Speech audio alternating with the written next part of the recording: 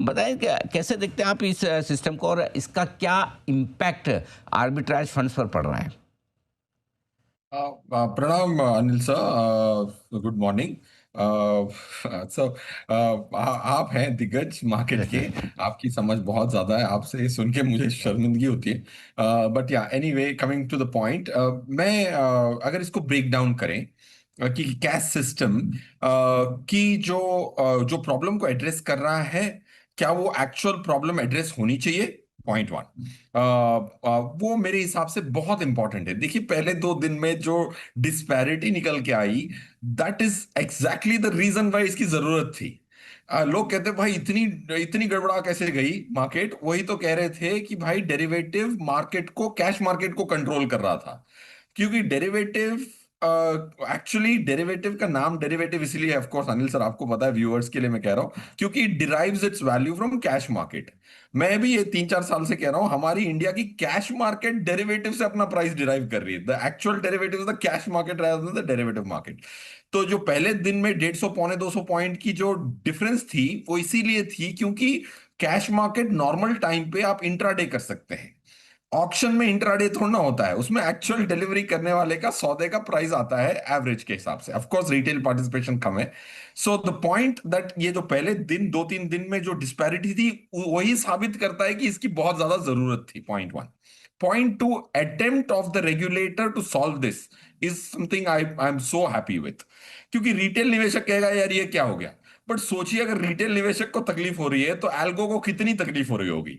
और जो हजारों करोड़ बनते हैं, जो कैश मार्केट में नुकसान करके डेरिवेटिव में फायदा करते हैं, 5 गुना ज्यादा फायदा करते हैं, उनको बहुत मुश्किल हो रही होगी ना। 330 को तो ये बंद हो गया, 340 को वो बंद हो रहा है। So people are not able to do that. So बहुत अच्छी बात है। प्रॉब्लम बहुत था, इसीलिए डिस्पैरिटी थी। तीसरा, क्या इसमें टीरिंग इश्यूज हैं उसको सॉल्व करने की? ऑफ कोर्स रेगुलेटर बहुत अच्छा समझते हैं सर। अनिल सर, जैसे मैंने पहले भी कहा है कि मैं रेगुलेटर के डेरिवेटिव डिवीजन से मिल चुका हूं। वो इतने शार्प लोग हैं कि आप मुंह खोलते हो समझ जाते हैं। और मैं बहुत सारे डेरिवेटिव ट्रेडरों से 20 साल में मिला हूं, जो इंडिया के सबसे टॉप डेरिवेटिव ट्रेडर्स हैं, जो आईआईटी से पढ़े हुए हैं, आईआईएम से पढ़े हुए हैं, कैम्ब्रिज से, बॉस्टन की, कोई सबसे टॉप यूनिवर्सिटी से पढ़ के आके डेरिवेटिव ट्रेड करते हैं। उतनी समझ वो रखते हैं। So we might think that यार ये क्या हो गया 150 point, but I think they understand much better than most of us. So I am very happy.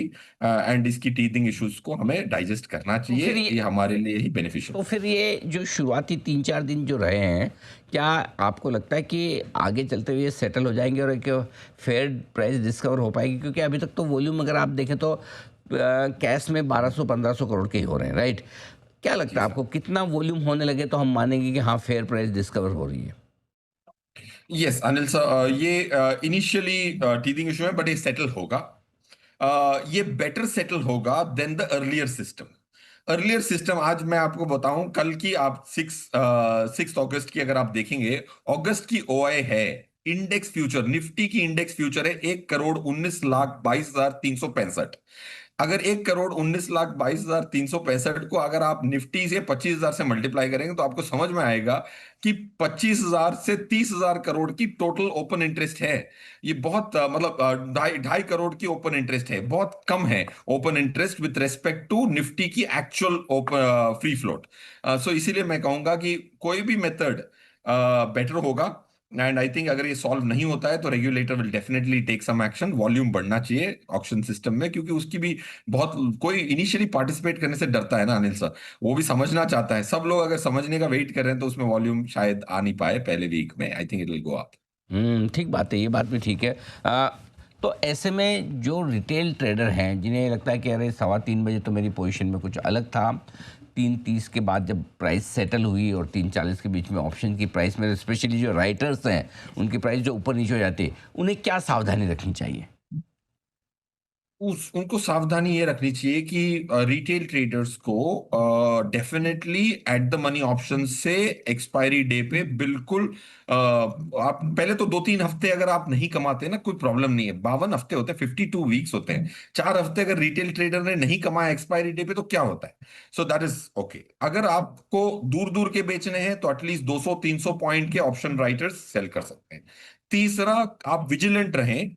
आप देखो, मैं कल बताता हूं आपको क्या हुआ। कि कल सेंसेक्स की एक्सपायरी थी, सेंसेक्स की प्राइस डिस्कवर हो चुकी थी, फिर भी out of the money option में 2-3 रुपए मिल रहे थे, जिसको पता है कि इसकी वैल्यू जीरो होनी है। मैं आपको अपना ही केस बताता हूं, मैंने वो ऑप्शन बेचा और 5-7 लाख का प्रीमियम फ्री में लिया। तो आपको आर्बिट्राज को देखना है, और आपको ये देखना है कि इस सिस्टम से खाली एल्गोस क्यों फायदा लें, आप भी फायदा लें। And just leave your strategy for 2-3 weeks and understand at least at the money options expiry पे। देखिए, जहां इंडियन मार्केट एक और पहले फंसा हुआ था, अब इंडियन मार्केट को देख के लगता है कि अदर कंट्रीज़ के अलावा इंडियन मार्केट ही है जहां पे एफआईएस का प्रॉफिट बन सकता है। और वैसे ही आप देख भी सकते हैं कि इस महीने की शुरुआत से ही इंडियन मार्केट में एफआईए भी हाईवे होते हुए नज़र आ रहे हैं और आने वाले दिनों में भी ऐसा ही होगा। देखिए, इसके पीछे का रीज़न मैंने आपको पहले भी बताया था, फिर भी बताऊं तो कोरियन मार्केट में जब से 10-10% की गिरावट वहां से देखने को मिली थी, वहीं से चाइनीज़ और ताइवान के मार्केटों में भी गिरावट दिखाई दी थी। लेकिन इंडियन मार्केट वहीं पे स्टेबल था, जहां एक और पहले इंडियन मार्केट में थोड़ी सी नेगेटिव न्यूज़ आती थी तो बड़ी गिरावट देखने को मिलती थी। लेकिन अब छोटी मोटी न्यूज़ से इंडियन मार्केट को फ़र्क नहीं पड़ता है और थोड़ी सी भी पॉजिटिव खबर पर इंडियन मार्केट में ज़बरदस्त तेज़ी देखने को मिलती है। तो यही कारण है कि एफआईएस का भरोसा इंडियन मार्केट पे दिखाई दे रहा है और धीरे धीरे एफआईएस की वापसी भी इंडियन मार्केट में देखने को मिल रही है। देखिए, एफआईएस को भी पता है कि उनका पैसा अदर मार्केट में इस समय देखने को नहीं मिलेगा, क्योंकि एआई से संबंधित जिस प्रकार से चीज़ें देखने को मिल रही थी, कई शेयरों में, एआई बेस्ड शेयरों में ज़बरदस्त तेज़ी थी, तो उनका पैसा एफआईएस का वहाँ पे था। लेकिन अब जब से एआई के शेयरों में गिरावट देखने को मिली है, उनका पैसा भी निकलता हुआ नजर आया है और वो पैसा अब इंडियन मार्केट में धीरे धीरे आना शुरुआत हो गया है। और एफआईएस भी ये भली बात जानते हैं कि उनका पैसा कहाँ बनेगा। देखिए, एक बात तो साफ है कि एफआईएस को ये मतलब नहीं है कि मार्केट कहाँ पे, उनको अपना पैसा बनाने से मतलब है। उनको चाहिए केवल प्रॉफिट, और वहीं जहाँ प्रॉफिट मिलेगा वहीं पे वो निवेश करते हुए भी नजर आएंगे। तो अब है इंडियन मार्केट की बारी। अच्छे शेयरों पे आप नज़र रखिए, क्योंकि वहाँ पे ज़बरदस्त तरीके से एफआईएस का इन्वेस्टमेंट आना चालू हो गया है।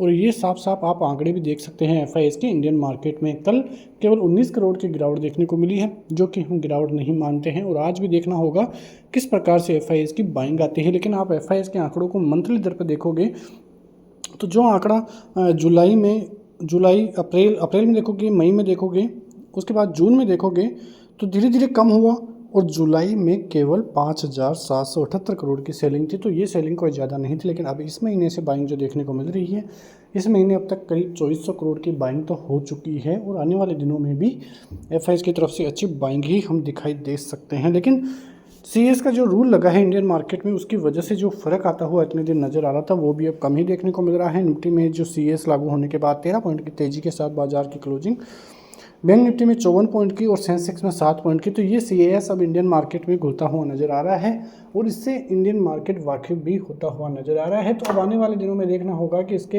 इम्पैक्ट एक्सपायरी के दिन कैसे रहते हैं, क्योंकि एक्सपायरी का दिन ही वो दिन है जहाँ पे इसका पूरा पता लग सकता है। क्योंकि जिस प्रकार से सेंसेक्स में हुआ इस एक्सपायरी को, उससे पहले निफ्टी में देखने को मिला। यदि वैसे ही निफ्टी अब दिखाता हुआ नज़र आ सकता है मंगलवार के दिन, तो फिर पता लगेगा कि इंडियन मार्केट में किस प्रकार के हालात दिखाई देंगे। लेकिन फिलहाल इंडियन मार्केट स्टेबल ही देखने को मिल रहा है। मंडे का मार्केट काफ़ी अहम रहेगा, जहां से एक रुख पता चल सकता है मार्केट का। हम गिरावट की तो सोच रहे थे, लेकिन ये नहीं पता था कि यहीं से गिरावट होगी। हम सोच रहे थे कि करीब 700-750 के लेवलों से फिर गिरावट होगी, तो 400-500 पॉइंट मार्केट गिरेगा, क्योंकि 1000 से 1200 पॉइंट की तेज़ी में एक बार भी मार्केट ने डिप नहीं दिया है। तो ये मार्केट का रोल है कि जब तेज़ी होगी बड़ी तो डिप भी आएगा।